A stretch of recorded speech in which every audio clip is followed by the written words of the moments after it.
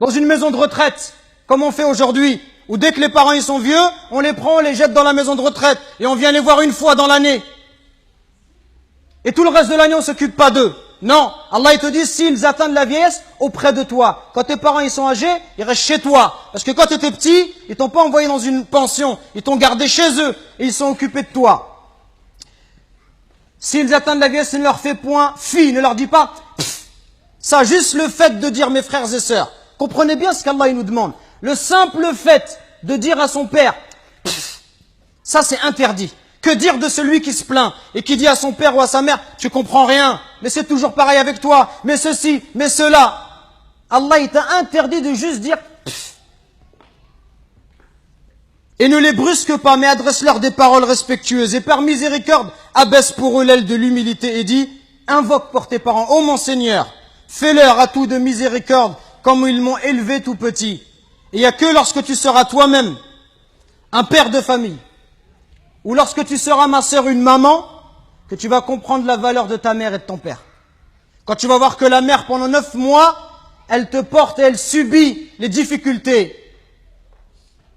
Elle subit des coups de ta part.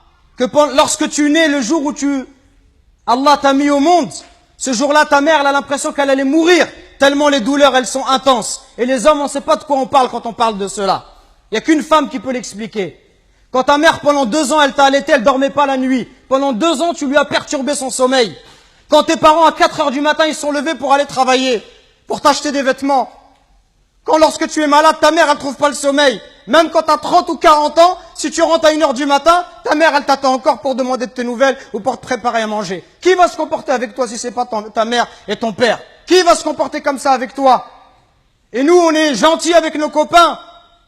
À n'importe quelle heure, on répond à l'appel de nos amis qui nous demandent de l'aide, on les aide. Mais est-ce qu'on aide nos parents? Est-ce qu'on est à leur écoute? Est-ce qu'on leur donne du temps? Est-ce qu'on leur montre du respect? Les anciens, ils disaient, Zayd al-Abidin, le petit-fils de Ali ibn Abi Talib, on lui disait, toi, t'es quelqu'un de très bon avec tes parents, pourquoi tu manges jamais avec ta mère? Il dit, parce que j'ai peur, si ma mère, elle voit dans l'assiette quelque chose qu'elle a envie de prendre, et si je le prends avant elle, j'ai peur qu'Allah, il compte cela comme la désobéissance. Et il disait rien d'étonnant cela. Il disait, ceux qui ont vécu avant nous, ils considéraient comme un manque de respect envers les parents que d'habiter au premier étage et que de laisser habiter les parents au rez-de-chaussée. Regardez jusqu'où ça allait. Allahu Akbar. Le simple fait d'être au-dessus de sa mère, au premier étage de sa mère, au rez-de-chaussée, ils considéraient ça comme un manque de respect. Et d'autres chez les Sahaba, ils disaient, quand il y avait un scorpion qui est rentré dans un trou, il a mis sa main et il s'est fait piquer. On lui dit, pourquoi tu mets ta main alors qu'il y a un scorpion? Il dit, parce que j'ai peur que ce scorpion il sorte et qu'il ne pique ma mère. Regardez le respect. Et regardez aujourd'hui l'attitude des enfants envers les parents. Regardez ne serait-ce que le regard, les yeux. Wallahi mes frères, si nos parents ils invoquent contre nous, wallahi c'est pour nous le malheur dans la vie d'ici-bas et dans celle de l'au-delà. Allah Azza wa Jal, par l'intermédiaire du prophète alayhi salatu wassalam, il nous dit qu'Allah il a interdit le paradis.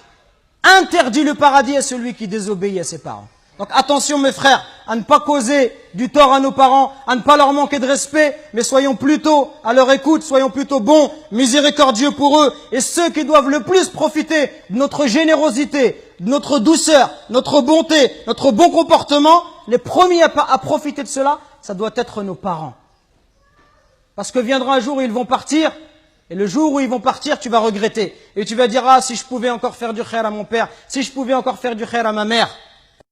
Nous récoltons vos dons pour la construction d'une nouvelle mosquée à Longjumeau. Walillahi alhamd. Barakallahu fikum. Qu'Allah il accepte ces dons de votre part. Et continuons, Inch'Allah. Et bi'idhnillah, dans pas longtemps, on espère avoir de bonnes nouvelles. Qumu ila salatikum yarhamni wa yarhamkumullah.